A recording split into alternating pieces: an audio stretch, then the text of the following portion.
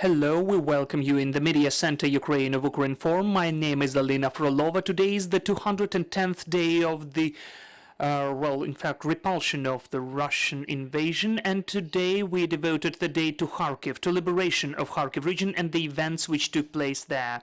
Now we have here Prymush, deputy head of the State Emergency Service of Ukraine, and we would like to speak about the security situation in Kharkiv region, the work of SES in the region.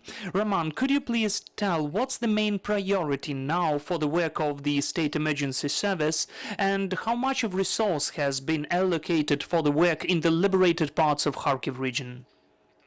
Hello.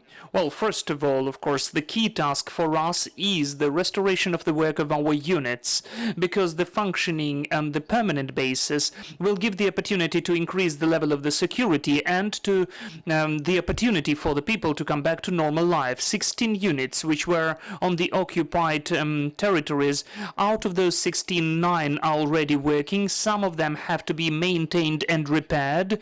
We have some of the measures for those units to work.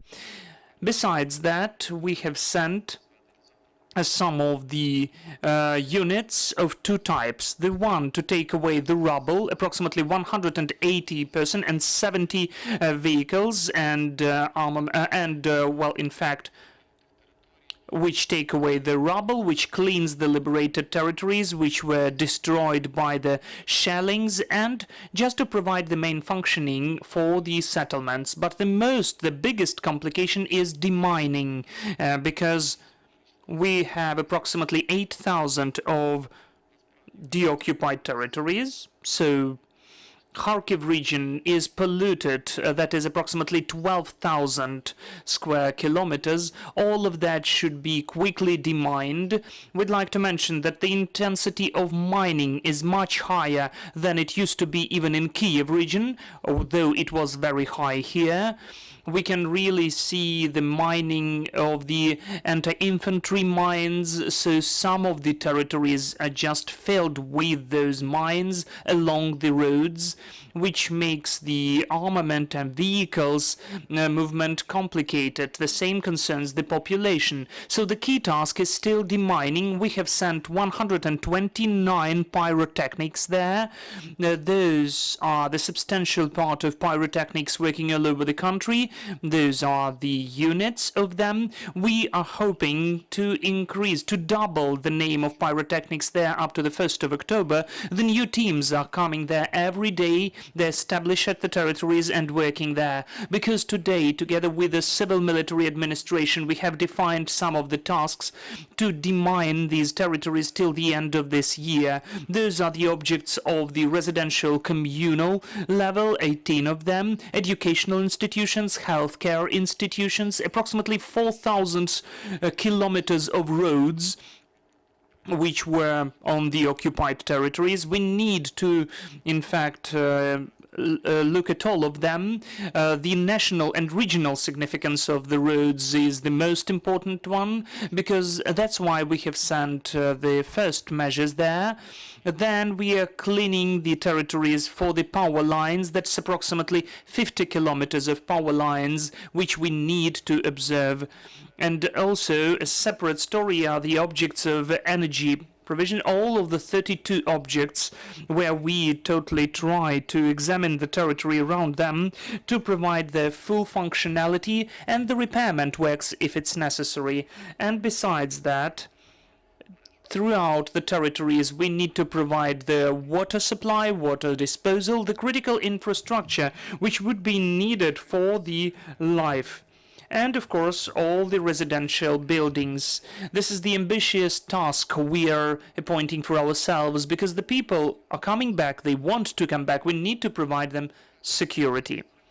Okay, yes, really, the figures are impressive. According to your estimates, how much time approximately would you need to demine fully the territory, including all of the territories around that? And secondly, as the number of the experts is limited, could we rely upon the experts from other countries which could help in the speeding up of demining? Well, in fact, now We had the request for the government. Additional number of people were already allocated. 400 of pyrotechnics have been trained. They are working. Now we have an additional request for more pyrotechnics. As of the involvement of the foreign teams, they are already being involved. They are working, but not in the bigger amounts. We can speak about the higher scale of the involvement of those teams in case of when the combats are over, because we need to take into account that there are constant shellings in Kharkiv region. Even our teams under these risks so far. We do not involve foreign teams there. Mostly they're working in the Kyiv regions, but there is such a perspective. We are working on that. I may say that the main efforts, about 80% on demining, will be done by the State Emergency Service. As of the possible time frame, what I mentioned above is just the first stage of demining. The second stage will concern the forests and woods, fields, water pools, because the pollution of water pools is very high. The active part of warfare was taking place around the water pools, and those are really hard and complicated operations to destroy the explosives which can be found there. So it's really very hard to assess the process. It can take several years, in fact, to be very objective. But in fact, if we speak about the whole territory of Ukraine, we need to understand that it could be at least for 10 years. We need to be objective in our assessments. Moreover, as we see what is taking place in Kharkiv region, and I think more or less the same situation is waiting for us in Kherson, Donetsk and Luhansk regions.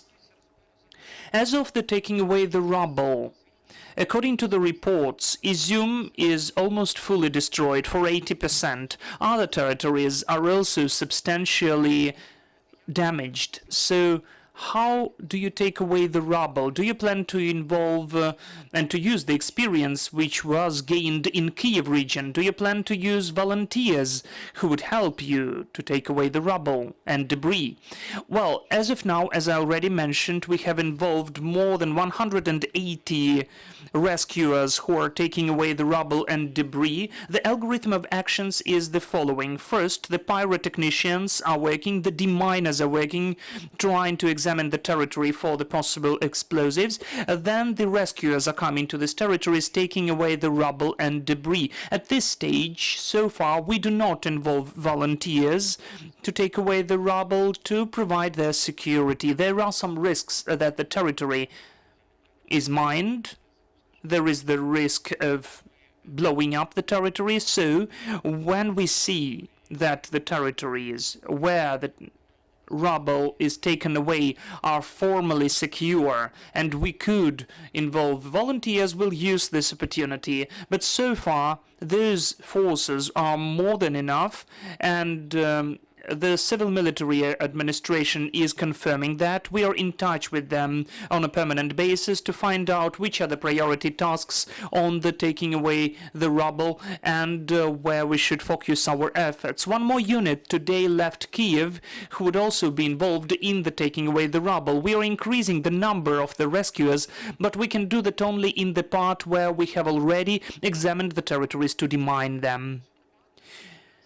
As of your SES team, it's also part of the team which is dealing with exhumation of bodies. What do you know now? Do you have any statistical data? We saw that there was a huge mass grave found with 400 of crosses. Have you found out any other sites to exhumate? How do you cooperate with the local authorities for that? The key authority which registers these crimes is the National Police of Ukraine. We are providing the help and support in exhumation. I can only mention the events where we took part. More than 240 bodies were exhumated and found by us. There were certain procedures. Of course, they are much more numerous, but each part of the area is distributed between different units and authorities, so the statistical data could be provided by the National Police. Coming back to the topic of the destroying of your infrastructure, the state emergency service infrastructure in the region, all the firefighters should have a proper equipment, especially under the constant shellings. How do you fill this fund of equipment? Do your partners help you? And which needs do you have now?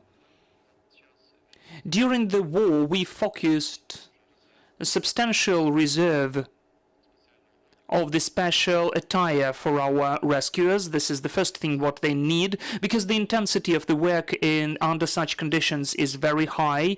We have already provided it together with the convoys sent there to our units. Secondly is the equipment, and in fact it could be up to 70 or 80% of equipment which was either destroyed or damaged or just vanished after it was under occupation. So, together with the units which we are sending there, we provide the minimum need. We are satisfying the minimum need in the equipment to respond to the emergencies which could emerge now. Those are the vehicles for firefighters, rescuers, equipment. So, as of today, we have enough of resources to provide the full-scale functioning of these units. The only point that some of them are damaged so much that they need the restoration from scratch. Of course, it makes our work harder, but the units which we have already restored are enough to provide a certain level of security at the first level. For instance, to respond to the fires which can emerge there. As of the sources of funding, I can mention that the government has allocated substantial resource to support the State Emergency Service of Ukraine, to acquire equipment, to acquire some of the protective gear. Besides that, we've got substantial support from donors. Approximately 700 units of special rescuers equipment was got from the international donors, but approximately 1,600 were damaged or lost. According to some of the estimates, we don't know exactly the numbers of Kherson direction, because we don't have stable connection with some of the units. This figure can increase to 2,000 units of the lost equipment, but we've concentrated in the key directions where we need help most of all, where we need efforts most of all. We send some of the equipment from the western or central regions where the situation is more or less stable, strengthening the regions where we are working. The last question from me. The State Emergency Service is testing the new notification system. So does this system work in Kharkiv region and in other regions which are liberated now? Well, in fact, we are not testing this system on the territories where the active combats are going on, with the aim of security of the population, first of all, with the aim of the security for the military who are using these equipment. So the system is tested just on the territories where we have more or less calm situation, where people can adequately respond these notifications. In fact, we are almost over with the testing process. We are working on some of the drawbacks which we found out during this time, and I think that since October we'll be able to work in the more or less casual mode using it, sending notifications where there are real threats. Besides that, I'd like to say that we are actively going on with our work, interacting with the population on mine security, and we'll conduct this work in Kharkiv region as well. This should be an informational campaign, because unfortunately there are lots of explosive devices which don't even look like ones, especially anti-infantry mines. This could be some plastic, for instance. So we'll work with the children, as we do in Kyiv, Sumy, Chernihiv regions, with the population as well. So we urge the population to use our apps, which we developed specially for that, to inform about the explosive devices or objects which they could find on the territory of their residential block or close to it, for us to respond rapidly and to assess the real situation as of the explosive, whether it's really dangerous and which forces should be sent there. I'd like to say that during the process of the launch of our system, both the app we got more than 8,800 notifications about the explosive devices. This is a huge number, and that gives us an opportunity to quickly respond to such notifications, because unfortunately the information transfer about the mining by phone is restricting us in the assessment of the situation. Got it? Thank you. Are there any questions among the journalists? Yes, please. Ukrinform. I remember that the superiors in the Ministry of Interior have addressed the international partners to get help to demine territories. Which countries, in fact, decided to help, and where do they help the process of demining? Thank you for the question. In fact, we have a huge activity among the international programs on demining. What we can definitely make public now, the readiness to help was confirmed by Canada, by the US, by the UK. Those are the countries which will definitely provide us with help and support on demining. I cannot provide you with the sums of money. We also signed the memorandum with UNDP, and the countries which provide fewer help will provide it through the UNDP, I guess. It would be more convenient for us because we have the single window communication, because UNDP is the organization which has experience in bigger scale procurements. It could speed up the process, then provide the process of the procurement separately with each country. Lots of countries are interested in that. The government of Denmark is cooperating with us, involving modern technologies on examining the fields and the roads for demining. We are working on that as well. But in particular, when we sign the documents, the papers, or when we find the funds, we'll inform in more precise way which country provided which help. So when can we get to the forests in Kyiv? We'd like to collect mushrooms. Well, as of today, I may say that I think that during the next year, with such an intensity, you definitely cannot go to the forests and woods. If we used all of our efforts in the beginning of May or in the end of April with all the pyrotechnicians, and if they went on with their work there, we could say that they would shorten this period. But now we need to understand that the main forces of the units, including from Kyiv region, were redislocated to work in Kharkiv, because we understand that when the main infrastructure in Kyiv region is safe now, and we are speaking about forests and fields only, and I don't mean mined fields, because we have been working there, but some of the separate explosive devices found there, seeing the situation in comparison in Kharkiv, when we have the mined residential buildings, I think that the priorities are showing that we need to use, well, take the mushrooms which were preserved last year. On August 9th, the U.S. State Department had announced an $89 million allocation. As part of that announcement, they said 100 demining teams would be funded. I'm wondering if any of those teams had been in the Kharkiv region, that where the money came from, that $89 million grant. And has there been any other additional U.S. State Department or Department of Defense support for demining? Yes, really, we have a deal about such help, which is distributed into two key spheres. First of all is the development of the humanitarian center for demining, because we need infrastructure to train our pyrotechnicians at the high level, and we also need infrastructure to train our pyrotechnicians to work with the new explosive devices, because even in Kharkiv region we can see lots of cluster ammunition, lots of explosive objects which are modern and did not explode. This is one of the spheres where we are working with the government of the US, and the second sphere is directly the equipment itself, which has to be acquired. But as of now, so far, We sent the list of our needs, what we need and in which volumes. We are waiting for the feedback from the government of the US as of the precise list what can be given to us. So we have a figure and we sent our needs. At this stage, we are trying to find out the future steps. So far, as soon as it's given, undoubtedly, all of this equipment will be sent directly for the most complicated areas, because this is the equipment for the pyrotechnical units which we created, and maybe re-equipment for those which have obsolete equipment.